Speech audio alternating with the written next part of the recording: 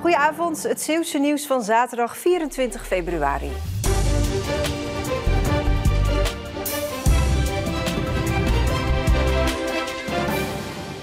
Ze zijn nu een losse in Kiev met de vrachtwagens. Het is vandaag precies 2 jaar geleden dat de oorlog startte in Oekraïne. En ook Suzanne van Dixhoorn is daardoor al 24 maanden bezig met hulp voor het land. Vanuit Breskes zorgt ze onder andere voor hulpgoederen. We hadden gehoopt dat het natuurlijk iets kortdurends was. Ik denk dat iedereen dat had gehoopt. En we denken alleen nog maar dat het nog wel een aantal jaren gaat duren. Ja. 2 jaar geleden stond ze machteloos en daardoor startte ze samen met haar man de eerste hulpactie.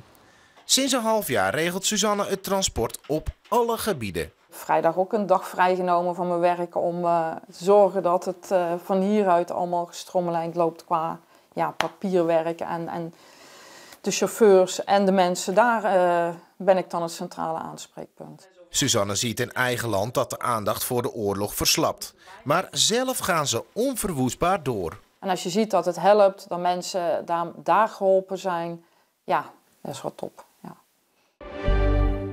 Voor de zomer nog gaat de schop dan toch echt eindelijk de grond in op dit terrein aan de rand van Middelburg. Wijkgemeente De Ontmoeting bouwt hier een nieuwe kerk voor 750 mensen. Eigenlijk moest er een grotere kerk komen. Maar het budget kwam door inflatie in de knel en zo was er meer. Het is een behoorlijke uitputtingsslag geweest. In de tussentijd kwam ook COVID. Leerden we ook op een hele andere manier kerk zijn. En op dit moment blijkt dus ook dat een deel van de gemeente soms een dienst thuis bijwoont achter het scherm. Ondanks dat er dus door COVID minder kerkgangers zijn, bleek een ander gebouw geen optie. Er komen zondags met ongeveer 1100 kerkgangers in 2 diensten. En die capaciteit is nauwelijks beschikbaar in Middelburg. Dus we moesten echt zelf aan de slag. En dus wordt de nieuwe kerk kleiner, platter, maar wel duurzaam, met zonnepanelen op het dak. Ook het parkeerterrein wordt multifunctioneel. In de week is dit parkeerterrein voor de kerkgangers niet nodig, dan 's avonds en de zondag. Dit is natuurlijk een enorme mooie gelegenheid voor de gemeente Middelburg om de toeristen die van al de campings hier op Walcheren richting de stad komen, dat ze hier de auto kunnen parkeren. En tegenwoordig steeds meer elektrische auto's, dat ze hier mooi duurzaam de auto's ook een keer op kunnen laden. En ze kunnen hier de auto laten staan en is gelijk de parkeerdruk voor de gemeente Middelburg ook weg. Ook een stukje opgelost. Het zou een gemiste kans wezen als ze dit niet aangrijpen. Ruim 100 ruiters in Noordwelle maken zich op voor het hoogtepunt van het jaar, Straw.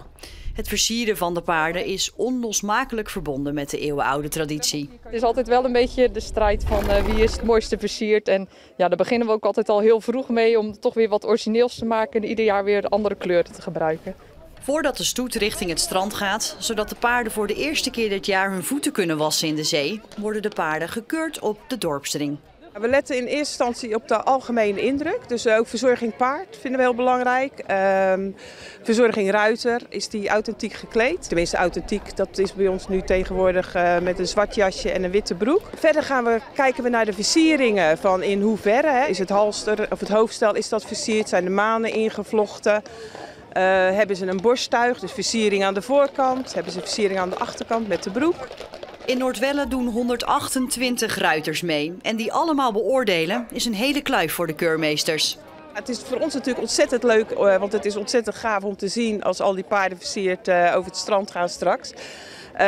Het is een hele kluif. Gelukkig heeft niet iedereen alles helemaal versierd, dus dat maakt het ietsje makkelijker. Na dit weekend volgen nog 3 straalveringen. Achtereenvolgens in Scharendijken, Ellemeet en Seroskerken. Het sporttalent van het jaar in Zeeland is geworden Imke Verstraeten. De pas 19-jarige Imke Verstraeten uit Hulst had een bijzonder sportjaar. Ze brak door in de hoofdklasse bij Pinoquet en werd met Jong Oranje wereldkampioen hockey. Deze week werd ze gekroond tot Zeeuws sporttalent van het jaar. Ik vind het gewoon een hele mooie beloning eigenlijk, zoals ik net ook al zei, ja, voor dit mooie jaar. En het is gewoon heel leuk om het te mogen ontvangen en ook even terug te kijken naar wat er eigenlijk allemaal is gebeurd. Want soms vergeet je het eigenlijk ook gewoon, dus heel mooi. De prijs is een bekroning op de lange weg die Verstraeten aflegde om topsporter te worden. Ja, ik ben wel begonnen dus bij Rapide en daar heb ik denk tot mijn 12e gehockeyd. En toen ben ik wel het buiten Zeeland gaan zoeken, dus ook een jaartje in Brabant gespeeld. En uiteindelijk nog een paar jaar in België. En daar heb ik wel echt denk ik de meeste stappen gedaan. Want daar mocht ik ook meedoen met dames 1 en gewoon heel veel geleerd daar. En dan uiteindelijk de stap gemaakt naar Pinoquet toen ik ook ging studeren in Amsterdam. Nu breekt de fase aan om de talentstatus om te zetten naar een mooie carrière. Bij hockey zijn de Olympische Spelen natuurlijk het allerhoogste doel. De Olympische Spelen van deze zomer is wel heel vroeg, moet ik zeggen. Maar ik mag dus ook nog een tijdje Jong Oranje spelen. Daar hebben we ook nog mooie toernooien. Deze zomer hebben we ook nog een EK.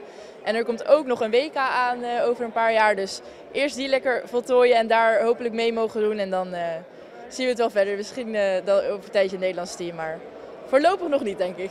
Het komende belangrijke doel voor Verstraeten is het EK met Jong Oranje. Dat is komende zomer. De afgelopen dagen kregen we opnieuw veel regen en het is dan ook een natte maand aan het worden in Zeeland. De plassen op dit weiland zijn hier wel getuigen van.